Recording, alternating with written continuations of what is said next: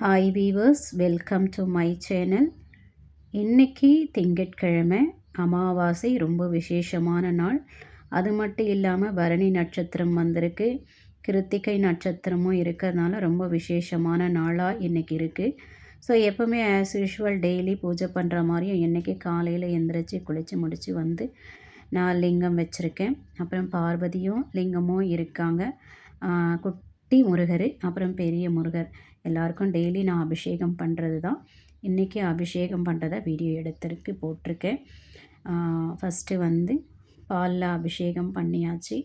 பாலால் அபிஷேகம் பண்ணி முடித்து அப்புறம் தயிர் வச்சு அபிஷேகம் பண்ணியாச்சு. கடைசியில் பன்னீரால் அபிஷேகம் செஞ்சு முடித்து சாமிக்கு பொட்டெல்லாம் வச்சு முடித்து பூ அலங்காரம் பண்ணிவிட்டு சாமிக்கு ஆகாரமாக ஆப்பிள் வச்சுருக்கேன்.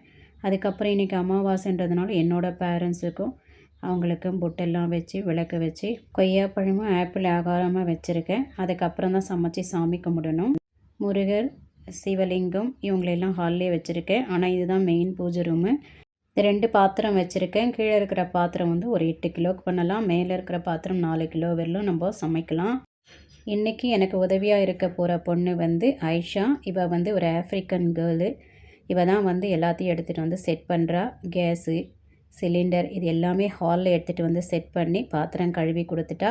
இப்போ சமைக்க போகிறேன். என்ன சமைக்க போகிறேன்னா ஒரு வெஜிடபிள் ரைஸ் தான் பண்ண போகிறேன்.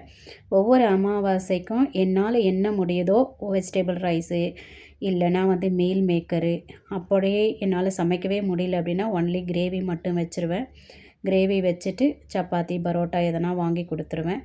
ஒரு 20 பேருக்காவது என்னால் முடிஞ்சதை நான் செய்வேன். இந்த நல்ல காரியத்தினுடைய பலன் வந்து என் அப்பா அம்மாவோட ஆத்மாவுக்கு போய் சேரணுன்றது தான் என்னோடய ஆசை. ஒவ்வொரு அமாவாசைக்கு இப்படி ஏதாவது செய்வேன். அப்புறம் சமைச்சி முடிச்சாச்சு. அவங்களுக்கு படைச்சிட்டு இன்றைக்கி தான் ரொம்ப சிம்பிளாக படைச்சிருக்கேன்.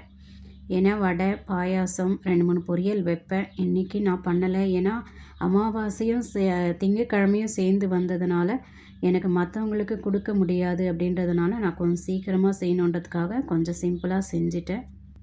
இன்றைக்கின்னு பார்த்து வாழை இலையும் எனக்கு இங்கே கிடைக்கல. சரி இருக்கிற பிளேட்டில் வைக்கலாம் அப்படின்ட்டு ஒரு ட்ரேயில் வச்சு படைச்சாச்சு. அப்புறம் பேக்கிங் பாக்ஸு பிரித்து எல்லாத்தையும் நான் வந்து பேக் பண்ண ஆரம்பித்தேன். எங்கள் ஹஸ்பண்ட் வந்து அதுக்கு எல்லாமே கவர் போட்டு அழகாக வந்து ஹெல்ப் பண்ணார். இப்போ வந்து எடுத்துகிட்டு போய் கொடுக்குறதும் வந்து பார்த்திங்கன்னா நாங்கள் 2 பேருமே கிளம்பி போவோம். இந்த சாப்பாடு நாங்கள் யாருக்கு கொடுப்போம் அப்படின்னா ஆந்திராக்காரங்க பேச்சுலர்ஸ் இருக்காங்க. அந்த ஏரியாவில் தான் நாங்கள் இன்றைக்கி போய் கொடுக்க போகிறோம்.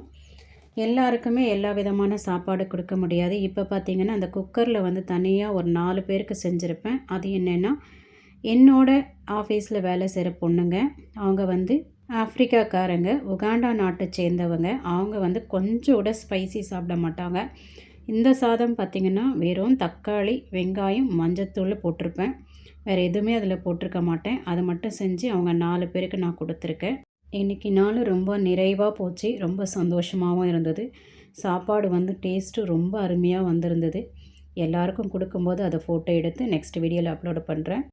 இதுவரை இந்த வீடியோவை பொறுமையாக பார்த்தவங்க எல்லாருக்கும் என் மனமார்ந்த நன்றியை தெரிவிச்சுக்கிறேன். இந்த வீடியோ பிடிச்சிருந்ததுன்னா லைக் பண்ணுங்கள், ஷேர் பண்ணுங்கள், கமெண்ட் பண்ணுங்கள். மறக்காமல் சப்ஸ்கிரைப் பண்ணிக்கோங்க. தேங்க்யூ ஸோ மச் ஃபார் வாட்சிங் மை சேனல்.